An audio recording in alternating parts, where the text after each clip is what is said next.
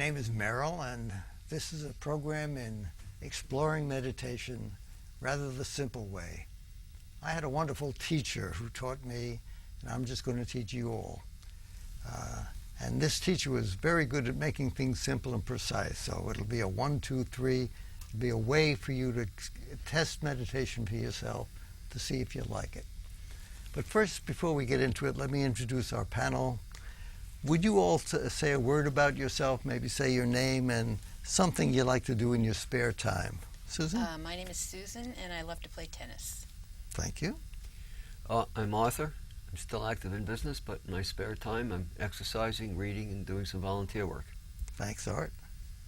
I'm Michelle, and in my spare time I like to write and read. Thank you.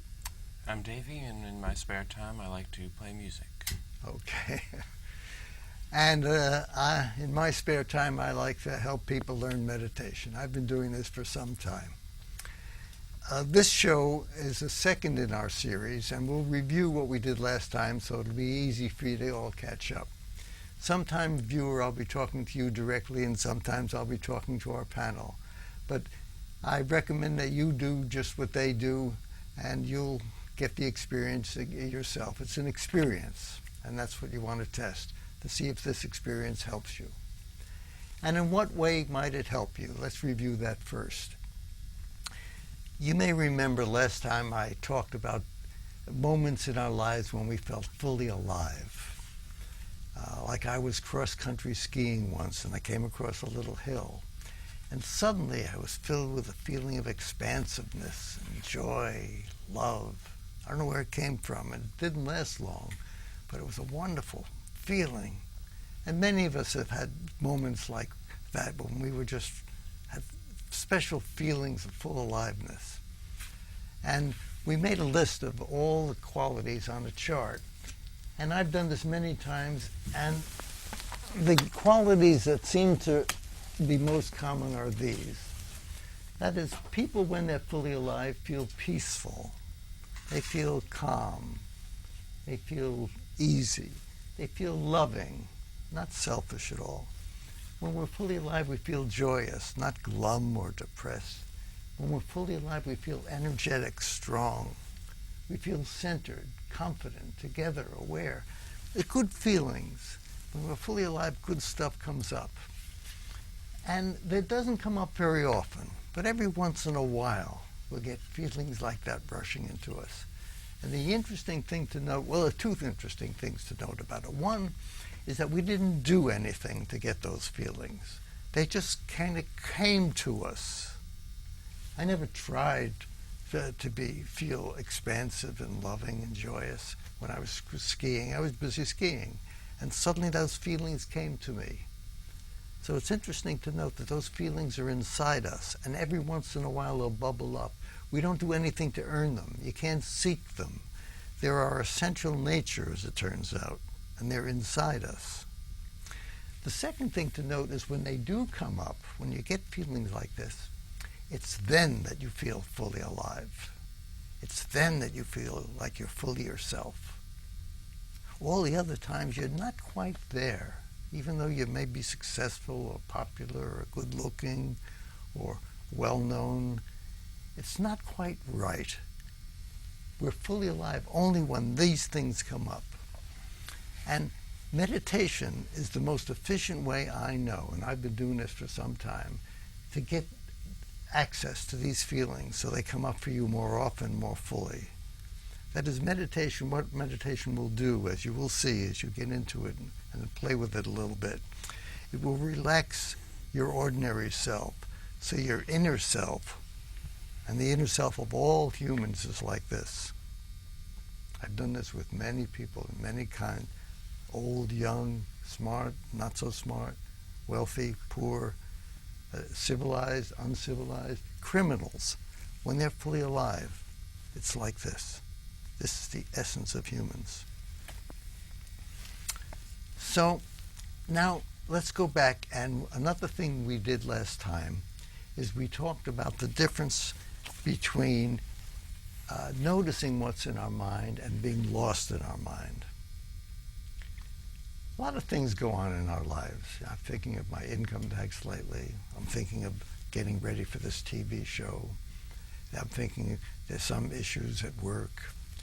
So I could easily get lost in any of those things. Now, what am I going to do with Bobby? Bobby, I don't know, but, I could talk to him.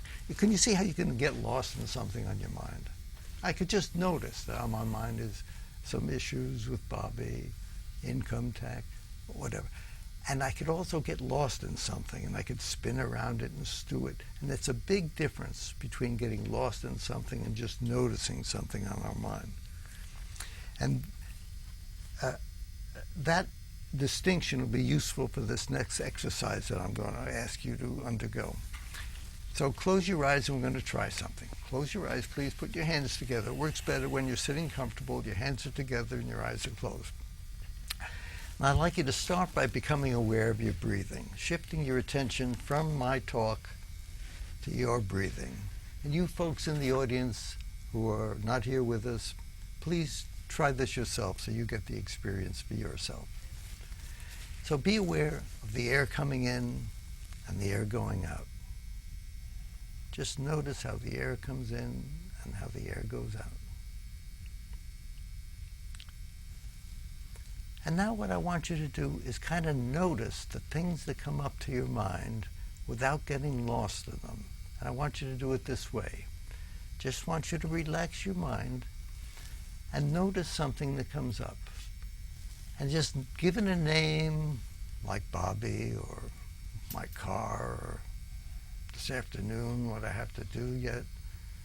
Let it go, or if you're a visual person, see it float away. And then go back to your breathing and become very aware of your breathing. And after you're aware of your breathing the second time, I want you to look and see what is the next thought that shows up for you. So what you're going to do in effect is make many layers with your awareness. You're going to start with breathing awareness. Then you're going to look for a thought or a feeling or a backache or something. You're going to notice it. Then you're going to let it go and go back to breathing awareness. Become very aware of your breathing. Then look for another thought, and so on. I'll be quiet. And just make many layers between breathing awareness and noticing thoughts without getting lost in any of them. If you get lost in something, you won't have many layers going on. Please proceed by yourself.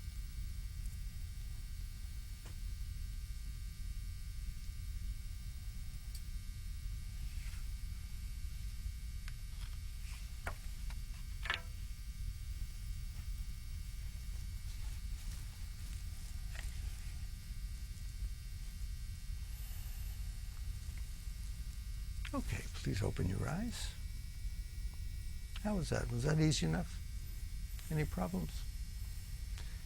Did any of you get lost in something so you forgot, oh, I got lost in what am I doing here? And you forgot all about your breathing? Mm-hmm. Yeah. So that's a typical problem that'll happen. The idea is to notice when we're lost in something and learn to let it go. That's one of the first steps in this process, is to make a distinction between what we're aware of and being lost in something. Notice that when we're lost in something, we always have the choice of noticing, oh, we're stewing in something, but I should be doing something else. I'm going to let it go and do something else.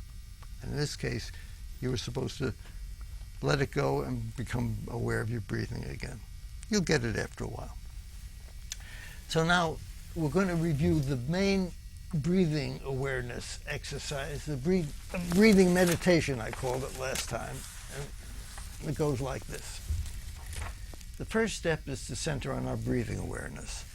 That's always a good first step, because when we're aware of our breathing, centered on it, we kind of relax and we get together. We get more together. We feel usually more together, centered, balanced, whole. So that's the first step. And while we're centered on our breathing awareness, we don't try to stop our minds. Our minds always go. Some people make a mistake of trying to stop their thinking when they're aware of their breathing. No way. You'll hear, your body will function, your blood will twirl, and your mind will go. allow your thoughts to go, but you just stay on breathing awareness. However, like I said and mentioned to Susan just now, if you notice you're unaware of your breathing, that means you're lost in thought. You got lost in some feeling or thought or issue. Nothing, not a problem. Just return to one. So you're going to make, again, many layers. You're going to center on your breathing awareness, and you're going to stay there. This time I don't want you to let go of breathing awareness and look for thoughts. I want you to leave thoughts in the background. Just like you're driving and the car radio is playing in the background and you're not paying much attention to it. That'll be the format for this exercise. You'll stay aware of your breathing and let your thinking and your feeling just stay in the background. But when you notice you're unaware of your breathing, just return to one. Go back to, let go of whatever is in your mind. And a good way to let go of something in your mind is give it a name. Bobby, my car, my backache. That helps us let go of it. And then go back to your breathing. Or if you're a visual person, see it float away like in a balloon, and then go back to your breathing. Okay? So close your eyes, please. And first become very aware of your breathing. The air coming in, the air going out. And if you can, enjoy your breathing. Your body is very generous in allowing the breath to come in and out, whether you're aware of it or not, sleeping or not. Appreciate the way your body always gets oxygen into your body and takes away the bad air day and night. And just leave my voice in the background. And leave any thoughts in the background.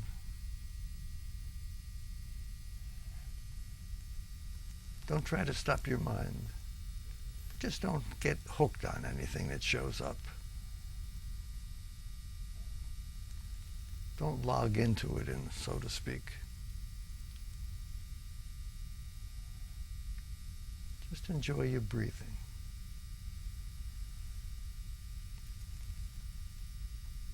And if you do notice you forgot your breathing, that means something else is preoccupying you.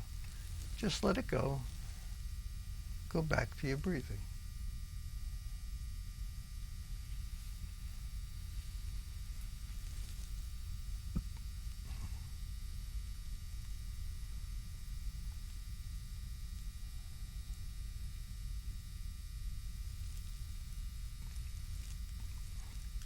If you ever notice that you forgot about your breathing,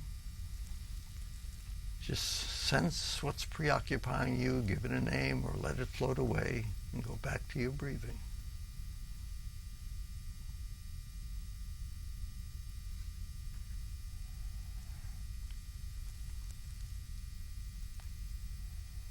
Okay, please open your eyes. How was that for you, Davey? It was good. It was calming, and just the process of repetition in which you return to your breath was very relaxing. And there's something about the need to do something right, and it's sort of just like everything in my life where you want to do things right and you want to be good at them, and if not, then there's a problem. Something's wrong. And if you can't focus on your breath, then you're doing it wrong. And if you're focusing on a thought, then something's bad, right? And it's just this need to quantify and to put everything in these two categories, good and bad, right and wrong. And it's sort of, it's not real. You know, the thing that is real is your breath and returning to that. And all of that other stuff, it's maybe a nice looking house of cards, but it's just a house of cards, you know. Very wise. In any case, in this exercise, needn't be so elaborate. The goal is to be aware of your breathing. And you just stay aware of your breathing in any way you experience it. And if you ever lose it, then you just go back to it. It is excellent exercise in letting go of stuff that's distracting in life to what our goal is. But I don't want to make too much of it right now. We'll get to that as we go along. Michelle, how was this exercise for you? It was a little difficult. I started thinking about one thing, and even when I returned to my breath, subconsciously it was still there because it's unresolved. So I did get a little lost in that. But Yeah, that will happen, especially if it's an unresolved issue that you've got to deal with, or if it's an emotional issue, or sometimes the emotional issues are the unresolved ones, and they're very strong. That'll keep coming back. It's useful to know that things will never permanently stay away if they're important to you inside. However, you can let them go temporarily, and you can let them in the background. It's almost like when you're driving and you want to hear what's on the radio, but if there's a lot of traffic or a police car passes, you'll focus on the driving and forget about what's on the radio for the moment. So you can always leave something in the background, and it'll come back. So when it comes back and it preoccupies you again, you just say, "No, honey, not right now. Now I want to be aware of my breathing." Notice that when something comes up, we don't reject it. We don't say, "No, I don't want to be thinking about this." We never want to be in conflict with ourselves. So if something is inside us and it's there, we want to respect it. It might have a reason for being there. For all we know, we should be worried about something. We may need it in the long run. Life is not so simple. So we don't want to reject something we have, but we just don't want to focus on it right now, and we don't want it to preoccupy us now. So then a nice way to, what I usually say, a nice way to say it so I don't feel rejecting part of myself, I say, "No, honey, not right now." It's like I remember when my daughter used to bother me when I was busy working, and I wanted her to be a little more patient and wait when she needed something. So when she was a little older and she would bother me when I was working, I would often say, "No, honey, not right now." But I would say it warmly. I didn't say "go away." I didn't say it in an uncomfortable, irritated way. I said, "No, I appreciate your need, but not right now, honey. Daddy's busy," and I'd go back to my work. So treat yourself kindly, but consistently. "No, honey, not right now. Now I want to focus on my breathing." Got the idea? Yeah. How was that for you, Art? It was better than I thought it would be. Pretty much I could focus on the breathing. Thoughts came in and I tried to push them aside. No, you don't want to push them aside. That's the same notion of fighting with yourself. You want to let them, it's more permissive. Let them go. I don't like the word push. It sounds like a tug of war inside me. Well, sometimes the thoughts try to grab me and take me down another road, like, "You forgot to do this, we need to get on to something." And so I've got to put it aside, I've got to defer it. Yeah. So recognize it, acknowledge it. That's why giving it a name is useful. It acknowledges it. It's interesting that when we acknowledge somebody, like, "Not now, honey," it's easy for her to go away. If I would ignore her, she would feel slighted. If I push her away, it wouldn't be good for her or for me in our relationship. So we don't want to push it away or slight it or ignore it. It's really the attitude inside us is, "Not now. Now I want to be aware of my breathing." So try that approach. Okay.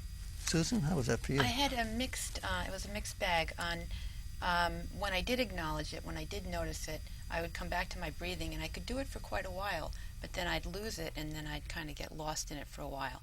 Yeah, that's what happens. But that's why we have two steps. Whenever we notice we're lost, by the way, if you don't notice you're unaware of your breathing, you don't have to do anything. But when you notice that you're lost in thought or feeling or something, just return to one. You'll always be breathing, so you can always be aware of it. It's a very permissive, soft, accepting, non-failure process. Got the idea? Mm-hmm. So this I call breathing meditation.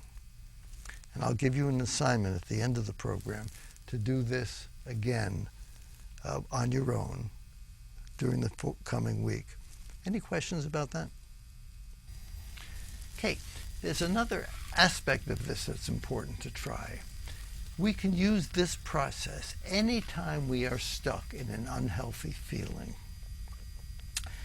You know how you can sometimes get angry at somebody. You should not. And you can stew in it, and it isn't good for you to get stewing in your anger for a long time, and it probably won't be any good for anybody else. Or you could feel guilty about something, or you could feel depressed, or you could feel weak, or you could feel confused. And you can get stew in it.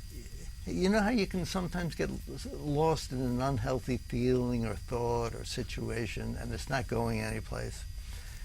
Well, what I'd like you to do in the forthcoming week is every time you notice you're in an unhealthy feeling situation, you're just not making progress with a problem, or you're not feeling good about it, I want you to center on your breathing awareness. I want you to just let it go for a moment, maybe give it a name. Angry at Billy again, or not sure what I'm going to do about X. Give it a name, or see it float away if you're a visual person, and focus on your breathing. And just let it in the background, the distress. But if it comes back, it overcomes you, you forgot about your breathing. You notice, oops, I forgot about my breathing, I'm back into my uncomfortable feeling. And just go back to one. And do that until you feel a little better. Can you see how that might work? Let's try it now, just to make it real for us. Close your eyes, please. And think of some issue that you sometimes stew in that's not very comfortable for you. You don't make progress with it, and it's unhealthy to stay in it for too long. Okay, you in the viewing audience, please do this along with the panel so you get this sense of how it feels, so you can experience it for yourself.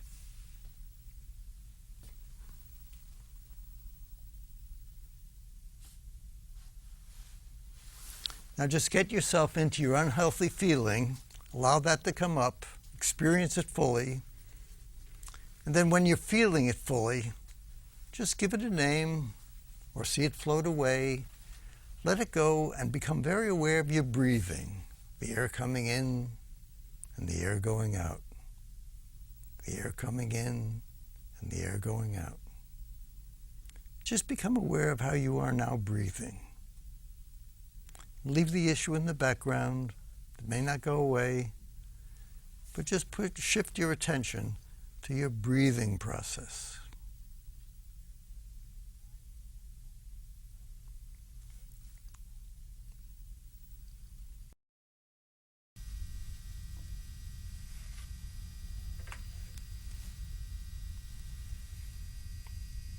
Okay, open your eyes, please. So that's an application of this breathing meditation to everyday life. So here's your assignment. First thing is I'd like you to do this every day. Whenever you find yourself in uncomfortable feelings. You could do it all the time, every day if you need to. But whenever you find yourself sinking into something that's not healthy for you, give it a name or see it float away and shift to breathing awareness. And if it comes back, preoccupies you so you forget about your breathing, just go right back to it. That's called managing unhealthy thoughts. And you might even want to teach this to somebody else. Why do you think I might recommend you teach it to somebody else, how to manage unhealthy feelings and thoughts? So you become grounded in it. Yeah, it'll help you understand it. It'll give you words. You'll have to create words for it, and it'll put you more in touch with it. So that's your first assignment. Whenever you find yourself lingering in unhealthy feelings, use this process. The second assignment is once a day at least, I want you to set aside 5 minutes in your ordinary routines, much like I said in the first program. At least 5 minutes. And you need to slot it into something you ordinarily do. My recommendation is you do it before a meal. So you might, before breakfast, right after you brush your teeth, you might say, for the next week, every time, right after I brush my teeth, I'm going to sit by myself, and for at least 5 minutes, what you do is you set a timer. You got to get a timer. A cell phone timer or a kitchen timer, any kind of timer. You don't want to rely on time. You want to have your eyes closed. Set a timer for at least 5 minutes. Sit quietly, put your attention on your breathing, and leave it there as long as it'll stay. Let all the other stuff, the plans for the afternoon, the worries, let it in the background. If it comes up for you, preoccupies you, just like it said in the sign before, let it go and go back to breathing. And do that until the timer signals the end. I want you to get to practice in doing it for an extended period of time, at least 5 minutes every day. If you can, 20 minutes would be good. So you might go in increments to make it longer. 20 minutes in these processes seems to be a good time span. Now, if you would do that every day, slot it in on a routine. Can you guess why I want you to slot it in a routine and not wait until it feels ready to do it, or the time feels right? If you don't make it part of your routine, it just won't happen. Yeah. If you make it part of your routine, it'll become a habit. Otherwise, you postpone it and the day will end. So do that every day, 5 minutes at least, and see if at the end of the week you don't get the sense that you are moving closer to some of these feelings. They're starting to bubble up more often or more fully in the background. That's the purpose of all of this. The purpose of all these exercises is to become fully alive in our own selves. And it's the most efficient way for you to release what's blocking you. And next time you'll get a clearer sense of what that is. So thank you all for watching. Hope to see you all next time.